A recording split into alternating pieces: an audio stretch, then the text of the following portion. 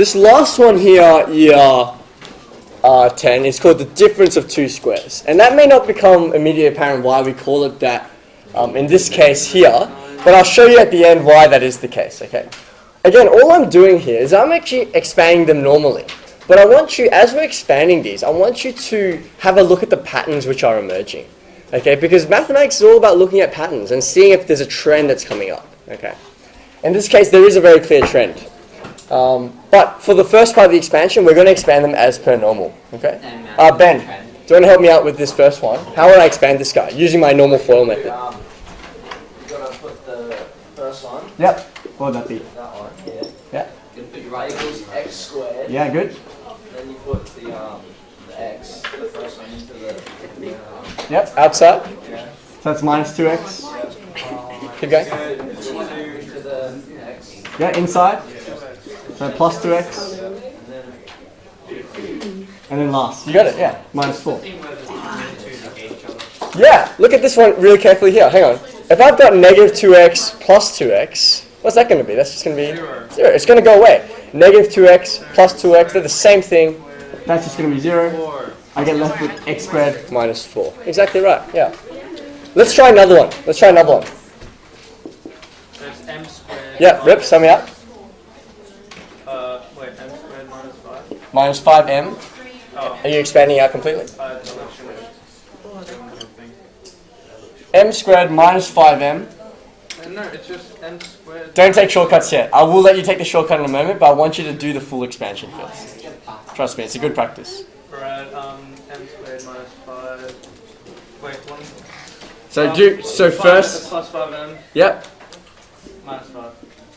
So be careful with last. This is why I don't want you guys to skip too many steps, guys. 5 times minus 5 is, what did you say? 25. Okay, minus 25. Oh, 2 times 2 is 4. Oh, I thought I was adding it. Okay. But again, you notice, hang on, what's happening with these middle two terms? Should be now, thanks. What's happening with the middle two terms? They're going to cancel out, right? Minus 5m plus 5m. I get left with m squared minus 25. Can anyone see the trend that's actually happening here? Yeah. What's happening? Yeah. The first one and the last one. You just Oh, you just square multiply x, the and then you numbers. square the other number and you get it. Okay. Let me just break it down for you for those who can't see it as clearly, right? This expansion is a particular expansion. It's called the difference of two squares. The reason why is if you look at these, right, x squared minus 4, well, that's x squared, and 4 is a square number, okay? This is m squared, and 25 is also a square number.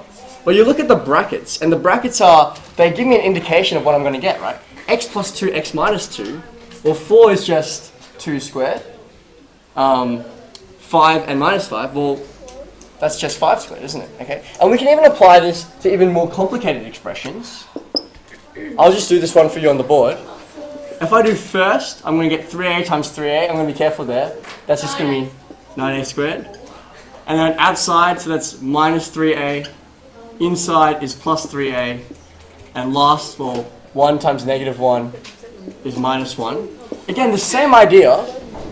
These guys will just cancel out. So 9a squared minus 1. Okay. So if there's one negative number, it's always going to be a negative. Yeah, so here's how I'd write out this shortcut.